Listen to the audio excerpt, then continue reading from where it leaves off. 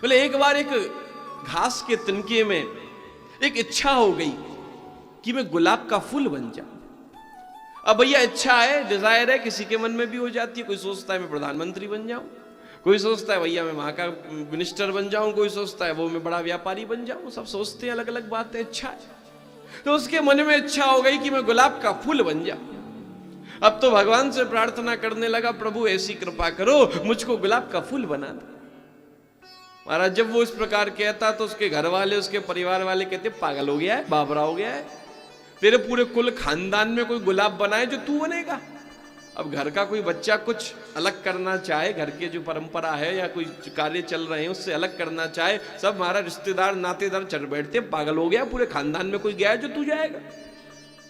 तो भैया सबने कहा पागल हो गया है, महाराज फूल बनेगा, जो है उसमें रहे, अभी कम से कम टिका तो हुआ है, फूल की स्थिति नहीं मालूम, जोर की बारिश आएगी, तूफान आएगी, टूट जाएगा, झड़ जाएगा, बिखर जाएगा। लेकिन उसने कहा कि नहीं, जो होगा सो देखा जाएगा, मैं तो बनना चाहता हूं। सबने डराया भी, सबने फटकारा भी, लेकिन वो लगा रहा कि नहीं मैं बनना चाहता हूं। एक दिन भगवान प्रकट हो गए, बोले बता क्या कह रहा है? बोले गुलाब का फूल बना दो। बोले सोच ले। बोले सोच लिया। अब को सोचने को बाकी न रहा, अब जो होगा प्रभु देखा जाएगा, बस मैं गुलाब का फूल बना दो। भगवान प्रसन्न हुए, बोले चल जैसी तेरी इच्छा, और भैया गुलाब का फूल बना दिया। अब तो बड़ा प्रसन्न है, अब तो बड़ा आनंदित है, अरे जो होगा अब देखा जाएगा, अब चिंता नहीं। जीवन की जिस अचीवमेंट को मैं प्राप्त करना चाहता था, जिस उपलब्धि को प्राप्त करना चाहता था, वो प्राप्त कर लिया, अब कोई चिंता नहीं, जो होगा सो देखा जाएगा। अब बड़ा प्रसन्न हो गया। इतने में अब उसके घर वाले, बिरादरी वाले, पड़ोसी देख रहे हैं जी तो सही में गुलाब का फूल बन गया। अब तो वो भगवान से प्रार्थना कर रहे हैं, प्रभु अब तो जोर की बारिश आ जाए, अब तो जोर का तूफान आ जाए, अब तो जोर की महाराज हवा चले, जो हम इससे कह चुके, और ये टूट जाए, फिर हम इससे कहें देख हम तो उससे पहले ही कह रहे थे, टूट जाएगा, बिखर जाएगा। समाज यही तो है, यही तो समाज की स्थिति है कि दुख इस बात का नहीं कि पत्थर दिल इंसान है, बोले दुख तो इस बात का है कि उनमें कुछ अपने भी हैं।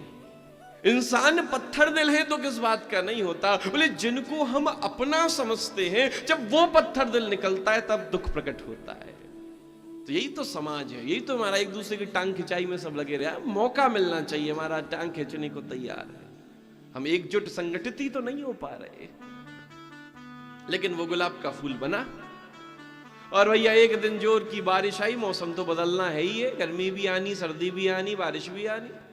एक दिन जोर की बारिश, तूफान, हवा चलने लगी, वो गुलाब इधर से उधर, उधर से उधर होने लगा, भयंकर तेज हवा चलती जा रही है। देखते देखते वो गुलाब की पंखुड़ियां बिखरने लगी। उसे तो पता था एक दिन होना ही है, बिखरने लगी, टूटने लगी। महाराज जमीन पर बिखर गई। उसकी बिरादरी वाले बाकी सब बोले देख हम तो उससे पहले ही कह रहे थे, टूट जाएगा, बिखर जाएगा, चूर चूर हो जाएगा। वो गुलाब का फूल मरते मरते भी बड़ी सुंदर बात बोल कर गया। उसने बड़ी सुंदर बात कही कि मैं तो मरते मरते भी जी गया, तुम तो जीते जी भी मर रहे हो। मैं तो मरते मरते भी जी गया, मरते मरते भी जिस उपलब्धि को मैं प्राप्त करना चाहता था, मैंने उसको प्राप्त कर लिया। तुम तो जीते जी भी मर रहे हो, केवल दूसरों को देख देख कर, दूसरों की उन्नति, दूसरों की उत्साह, दूसरों की प्रसन्नता को देखकर जले जा रहे हो, छोटे होते चले जा रहे हो। इसीलिए कहा जीवन की पूर्णता क्या है? बोले जीवन की पूर्णता वो दिव्यता है। बोले भले ही थोड़े समय के लिए चमको, भले ही लंबा जीवन ना मिले, थोड़ा जीवन मिले, लेकिन मुस्कुराहट के साथ, उत्साह के साथ, आनंद के साथ, उल्लास के साथ और प्रभु स्मरण के साथ जीवन निकले। ये जीवन की सबसे बड़ी पूर्णता है, और जीवन की सबसे बड़ी उपलब्धि यही है। यही श्रीमद् भागवत बार बार कह रही है।